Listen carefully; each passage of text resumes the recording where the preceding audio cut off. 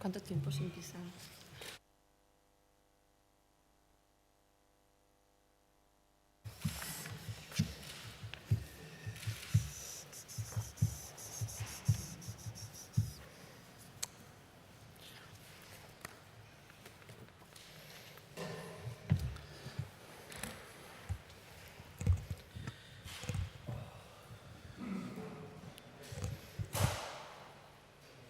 Sí, sí.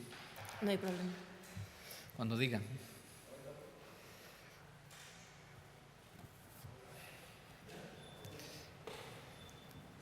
Sí. Bien, muy buenos días a todas y todos. Agradeceros vuestra presencia. En este caso nos encontramos los representantes del consejero José María Vergeles y yo por parte de la Consejería de Educación y Empleo y la Consejería de Sanidad y Política Social para presentaros un proyecto conjunto, el proyecto CRISOL, que es un programa de crecimiento e inserción sociolaboral. Es un proyecto integral que une además las políticas sociales y políticas de empleo que van destinadas a ciudades de mayor de 20.000 habitantes, concretamente a las barriadas de esas ciudades donde cuentan con mayor número de personas en exclusión social. Nos parecía un error trabajar de forma independiente y aislada y estas dos consejerías han decidido trabajar conjuntamente para poder actuar de forma más efectiva con estos colectivos. Hemos diseñado por eso un proyecto que consideramos que es de alcance y que interviene con los dos problemas fundamentales que sufre este tipo de colectivos. Por una parte, la parte social, que mi compañero les explicará, y por otra parte, la continuidad de la Consejería de Educación y Empleo en formación y en el empleo de estas personas. Se va a desarrollar en las 7 ciudades: Mérida, Badajoz, Don Benito, Villanueva de la Serena, Almendralejo, Cáceres y Plasencia. Van a participar en cada una de las acciones 45 personas, 45 alumnos, lo cual nos permitirá actuar sobre 315 personas al año. Este programa tendrá además también una duración a lo largo de 3 años, hasta el 2019, y con esto pues está previsto trabajar sobre 945 personas en exclusión social de nuestra comunidad autónoma. Y hay una inversión conjunta de ambas consejerías de más de 18 millones de euros, 18.243.730 euros. En la parte que a nosotros nos compete de la Consejería de Educación y Empleo, tengo que decir que aproximadamente a finales del mes de junio, primeros de julio, pues saldrá a la luz un decreto con una convocatoria. Esta convocatoria irá destinada a entidades privadas del tercer sector de acción social, como sabéis, sin ánimo de lucro, y presentarán proyectos que tienen que ir destinados a la formación en la alternancia con el empleo, basados en 2 etapas. En una se le ofrecerá a estos colectivos 6 meses en contrato de modalidad, formación y aprendizaje, y posteriormente la segunda etapa serán de 3 meses con prácticas no laborales a través de la modalidad de becas. Las podrán realizar en empresas, instituciones o entidades privadas. Y, evidentemente, los proyectos de estas empresas tienen que ir y deben de estar enfocados a la mejora de la barriada en sí. Pueden ser mantenimiento de jardines, mejora de edificios públicos o lo que las empresas consideren. El objetivo de ambas consejerías y de este Gobierno no es otro que el luchar contra la pobreza y la exclusión social en estas zonas residenciales que son más vulnerables. Yo, por mi parte, le paso la palabra a mi compañero José María Vergeles para que os pueda explicar con más detalle la parte social y los proyectos que ya han comenzado. Muy bien, gracias, consejera. Buenos días a todos y a todas. Gracias por acudir a esta convocatoria de la Junta de Extremadura. Me siento muy satisfecho que podamos presentar este programa conjunto entre la Consejería de Educación y Empleo y la Consejería de Sanidad y Políticas Sociales. Miren, este programa, como decía la consejera, es un programa de actuación integral, en zonas de especial atención o de atención especial, como ustedes quieran. Es en el año 2010, cuando se promulga la denominada Ley de Barrios, o Ley de Actuación Integral en Zonas de Atención Especial en la Comunidad Autónoma de Extremadura. La base de este planteamiento se encuentra en que detectamos, como en el resto de las comunidades autónomas, zonas de la región y determinados colectivos donde es necesario, para que accedan a cotas normalizadas de bienestar,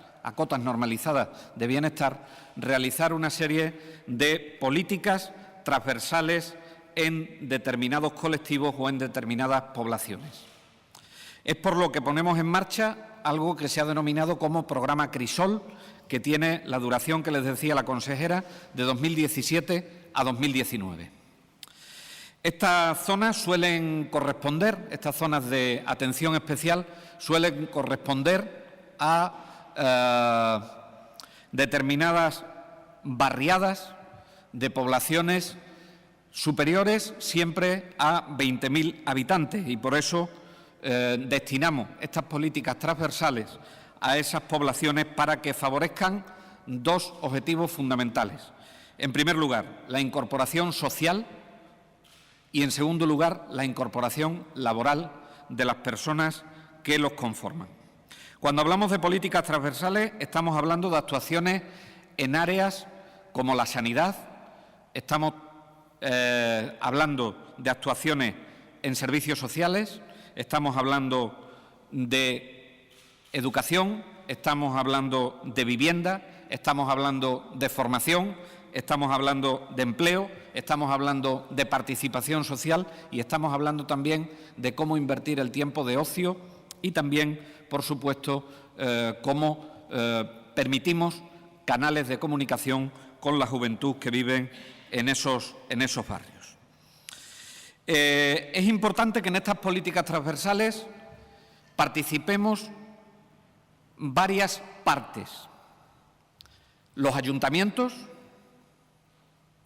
la Administración regional, las organizaciones que tienen que ver con el tercer sector de acción social y, como les decía la consejera, las empresas. Porque solo de la actuación conjunta de todas estas partes será posible que seamos capaces de alcanzar mayores cotas de bienestar para estas poblaciones que necesitan una atención especial. Las actuaciones se van a dirigir fundamentalmente a personas desempleadas, pero que se encuentran en situación o en riesgo de exclusión social, residentes en determinados barrios, en determinadas barriadas que determinamos como vulnerables en las ciudades extremeñas, con especial dedicación a menores,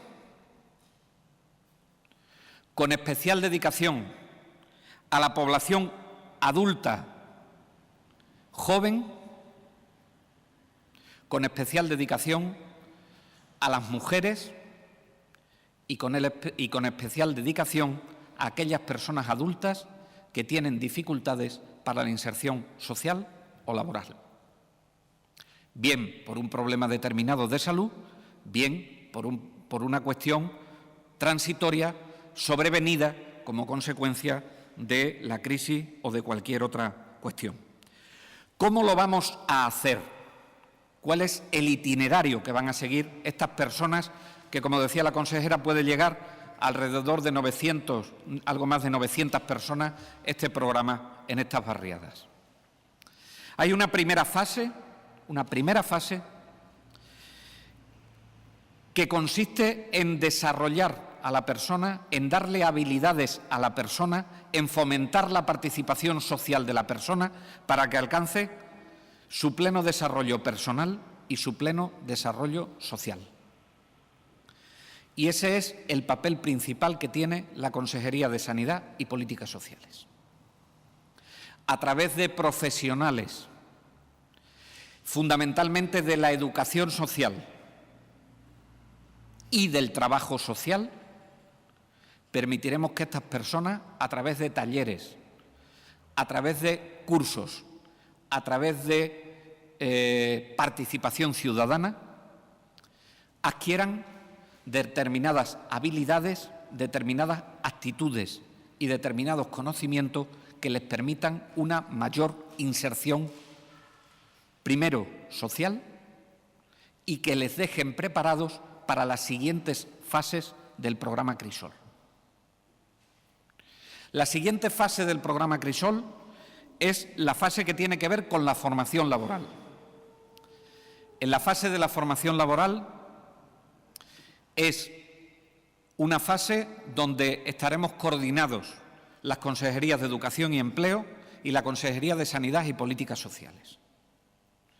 Y en esa fase se dará formación para mejorar la empleabilidad a través de determinada formación laboral, en los aspectos que subrayaba antes la consejera. Aspectos que tienen que ver con certificados de profesionalidad, aspectos que tienen que ver con limpieza de edificios, aspectos que tienen que ver con adecentamiento de los propios edificios de las barriadas, aspectos que tienen que ver con operaciones básicas en cuanto a cocina, en cuanto a catering, en cuanto a una serie de actividades que le permitan un incremento de la empleabilidad de estas personas que ya tienen desarrolladas las habilidades sociales. La tercera fase del programa será una fase de prácticas en empresas, que es a lo que también hacía referencia la consejera, que son prácticas no laborables en empresas. Con lo cual, lo que estamos haciendo es, si en la fase anterior estábamos aumentando la capacidad de empleabilidad, en esta fase lo que estamos haciendo es que no aprendan a hacer, sino que hagan. Pasamos del conocimiento a la acción.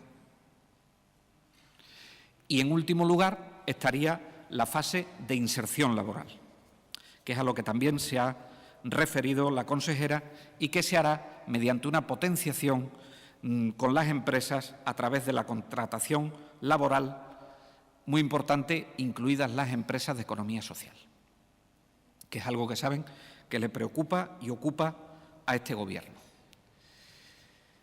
¿Qué parte es específica de la Consejería de Sanidad y Políticas Sociales? La primera fase, la fase de desarrollo personal y social, la fase donde capacitamos a la gente para que se desarrolle como persona y permita una mayor inserción social. Ya les he dicho cómo lo haremos, pero también es competencia de la Consejería de Sanidad y Políticas Sociales, finalizada esa fase, hacer la primera preselección de aquellas personas que han alcanzado unos niveles de desarrollo personal y de desarrollo laboral que permitirá pasarle a las siguientes fases del programa Crisol para que la empleabilidad se asegure y el éxito del programa se asegure. Y además, la Consejería de Sanidad y Políticas Sociales acompañará a la persona durante el resto de las fases. La persona se sentirá acompañada tanto en la fase de formación laboral, se sentirá acompañada por educadores o trabajadores sociales durante la fase de prácticas en empresas y se sentirá acompañada por educadores y trabajadores sociales en la inserción laboral propiamente dicha. Les decía, si importante es que trabajemos en esto desde la Administración regional, importante es que se impliquen ayuntamientos, importante es que se impliquen organizaciones no gubernamentales o el tercer sector de acción social e importante es que se impliquen las empresas. Para comenzar a trabajar, suscribiremos convenios con los diferentes ayuntamientos y serán los ayuntamientos los que desarrollen con el acompañamiento de la Administración regional el programa en cada una de sus barriadas, porque eso es acercar la Administración local al territorio.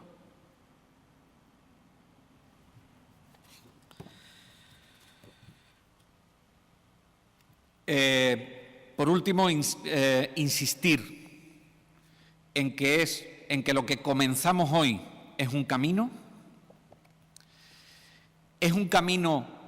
en el que no tocamos de oído. Ha habido programas anteriores de los que hemos aprendido cómo hacer las cosas,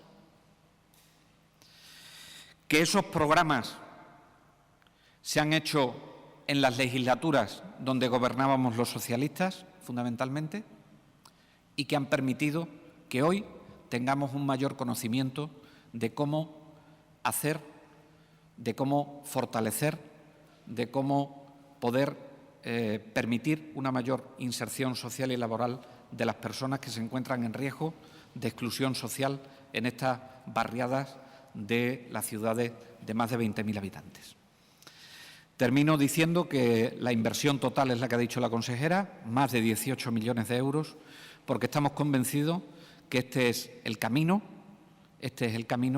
para que seamos capaces de ayudar a la población y este es el camino también para meter a las personas que están con consecuencias sobrevenidas como resultado de la crisis económica a la que hemos estado sometidos, que tienen un plan de inserción contemplado en su itinerario laboral, el que les permita que se puedan desarrollar como personas y también desarrollar, por supuesto, como trabajadores.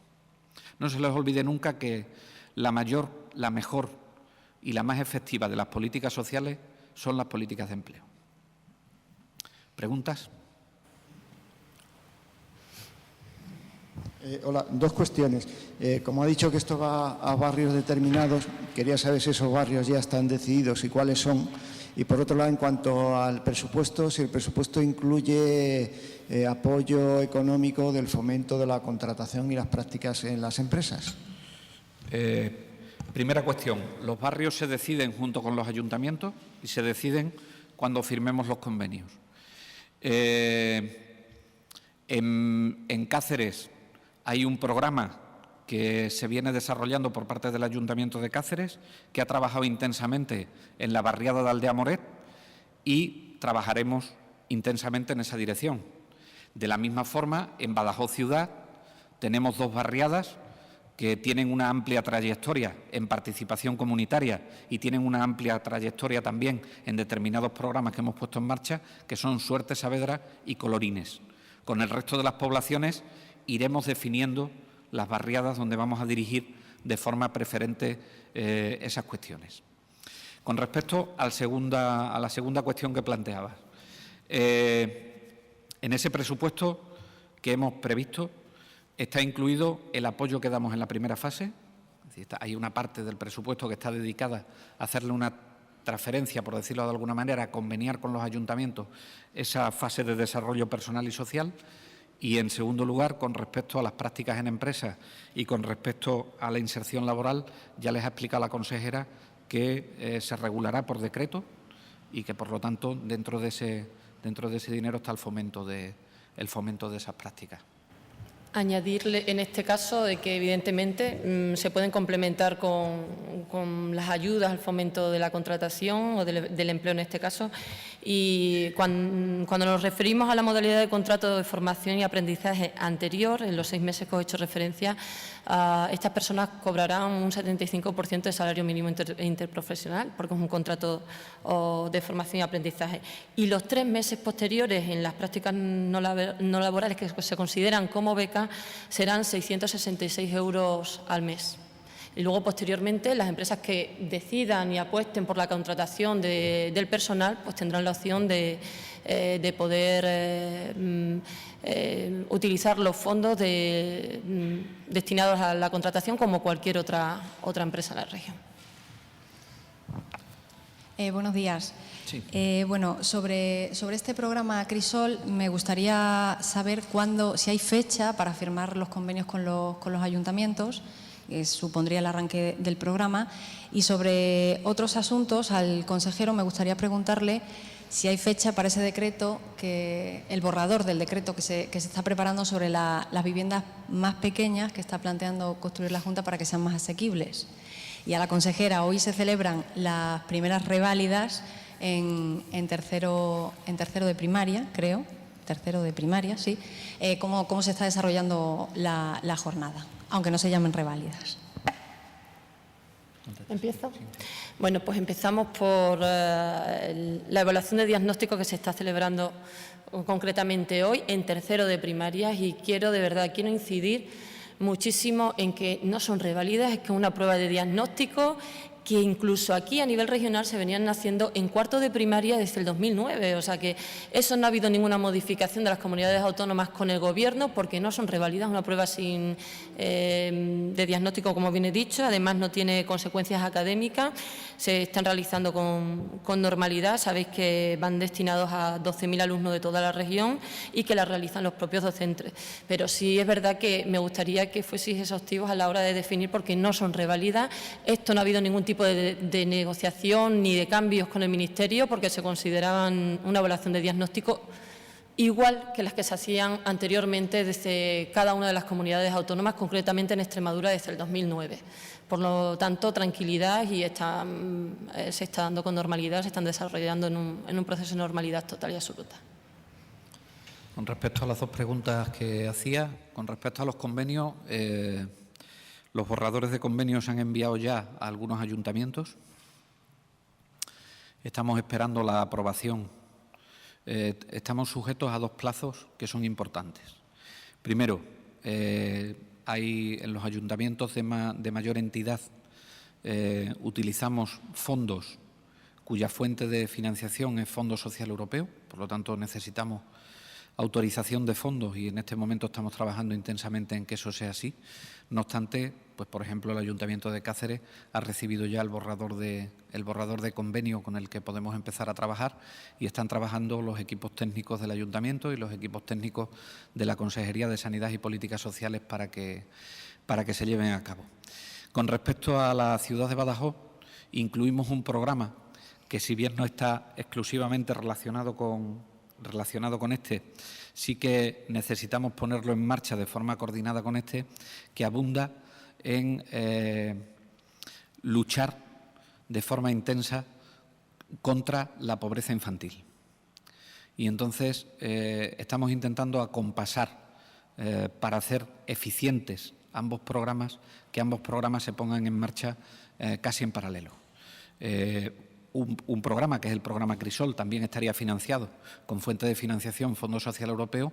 El otro programa está sujeto a unos convenios que estamos ya trabajando intensamente con Caixa, con Fundación La Caixa, y que nos permitirá en Extremadura, que no disponíamos de ello, poder poner en marcha un programa de lucha contra la pobreza infantil de forma piloto, ya digo, en la ciudad de Badajoz, con vocación de extenderse a otras ciudades si la cosa va bien.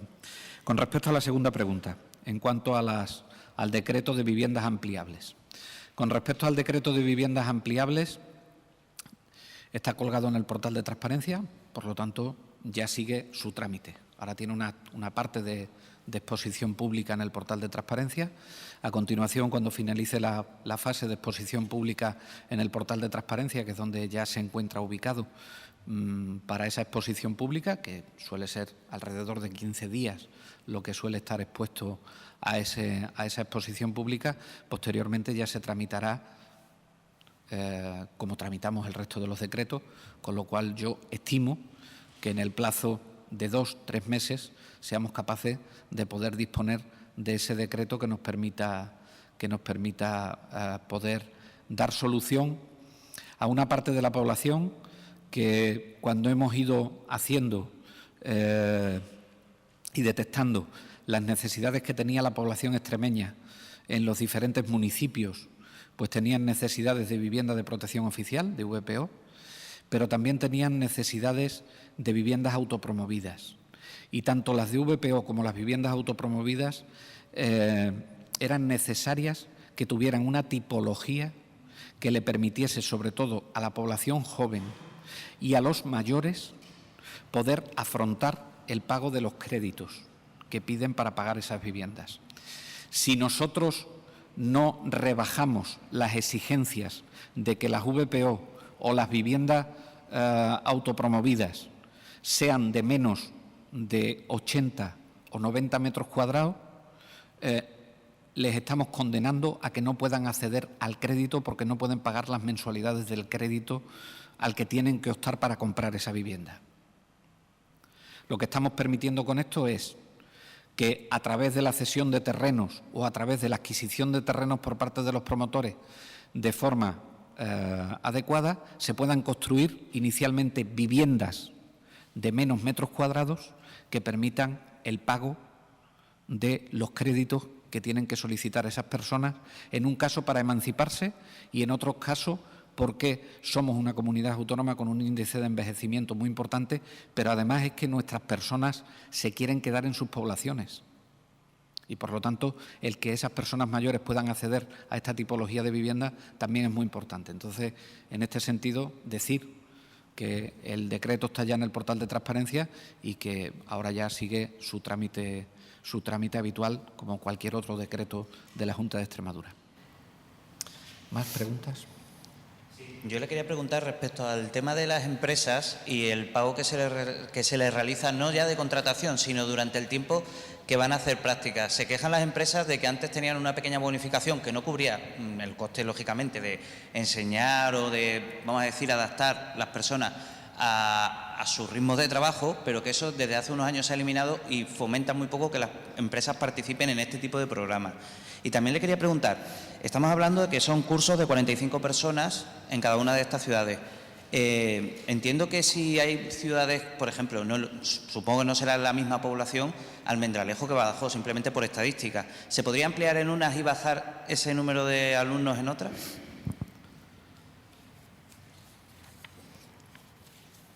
En este caso, a ver, cuando hablas de que hay empresas que se quejan por las prácticas en empresas, se supone que el tercer sector, que va a ser el que acuda a la convocatoria, va a tener ya identificado dónde se van a realizar esas prácticas, por lo tanto no creo que haya ningún problema.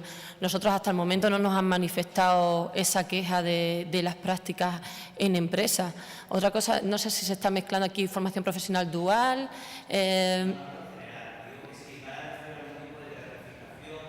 No, evidentemente no. Si van a tener ahí las prácticas laborales incluso de personas voluntarias, no van a recibir ninguna gratificación aparte. No. ¿Algo más? ¿Habías dicho algo más que se nos...? ¿No? 45. De momento no se ha planteado, de momento ese es el estudio que se ha hecho. De momento no hemos... en tal caso, si viene una circunstancia, pues habrá que estudiarlas, ¿no? Pero de momento es el número que se ha establecido, 45.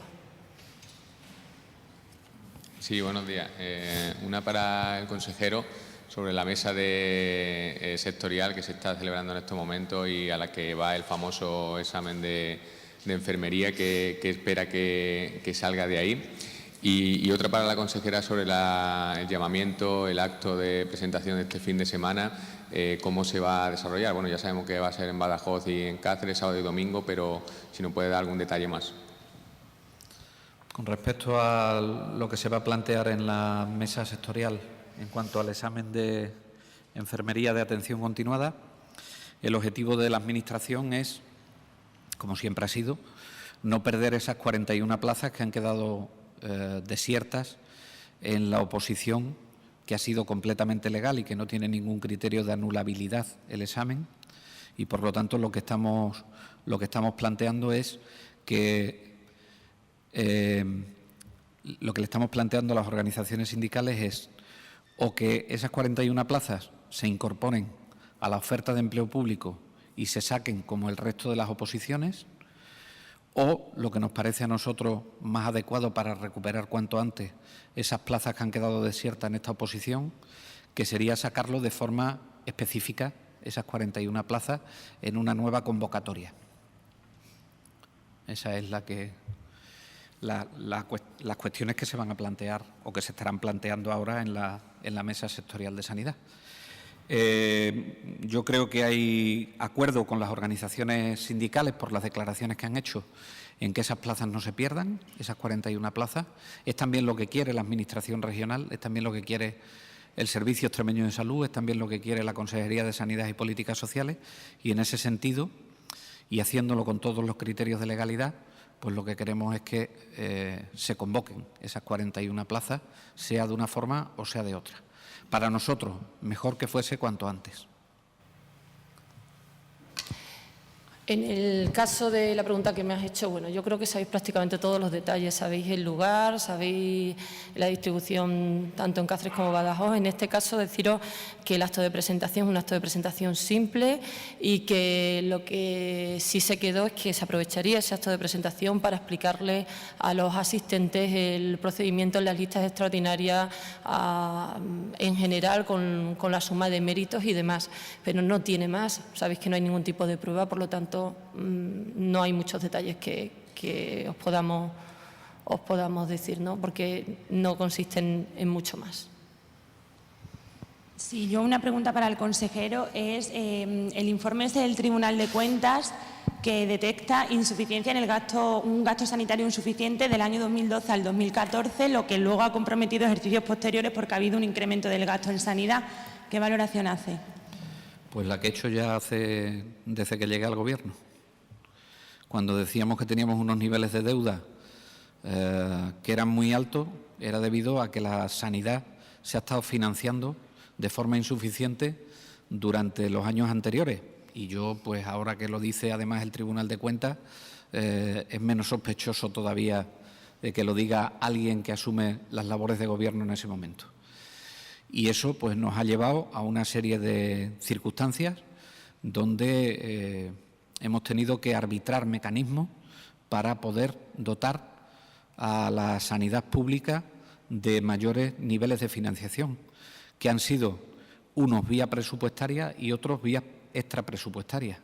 La vía presupuestaria, ya saben, el incremento que se produjo entre el presupuesto de 2015 y 2016, que nos permitió que la sanidad en este momento se encuentre mejor financiada de lo que lo estaba, por el importante incremento que hubo en ese momento.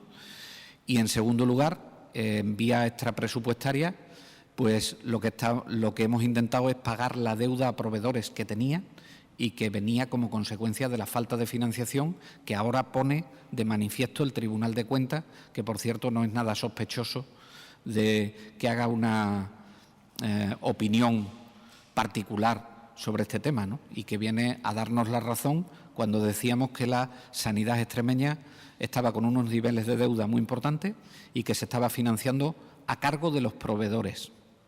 Y cuando la sanidad se financia a cargo de los proveedores, el interés que se paga por financiar la sanidad a cargo de los proveedores es del 8%. Y el interés que se paga o que estamos pagando ahora como consecuencia de haber arbitrado las herramientas de poner en marcha el Fondo de Liquidez Autonómica y haber puesto en marcha el confirming es en menos del 0,8% de interés. Con lo cual, yo creo que lo que viene a decirnos el informe es a darnos la razón en lo que decíamos en ese momento. ¿Más? Muchas gracias a todos.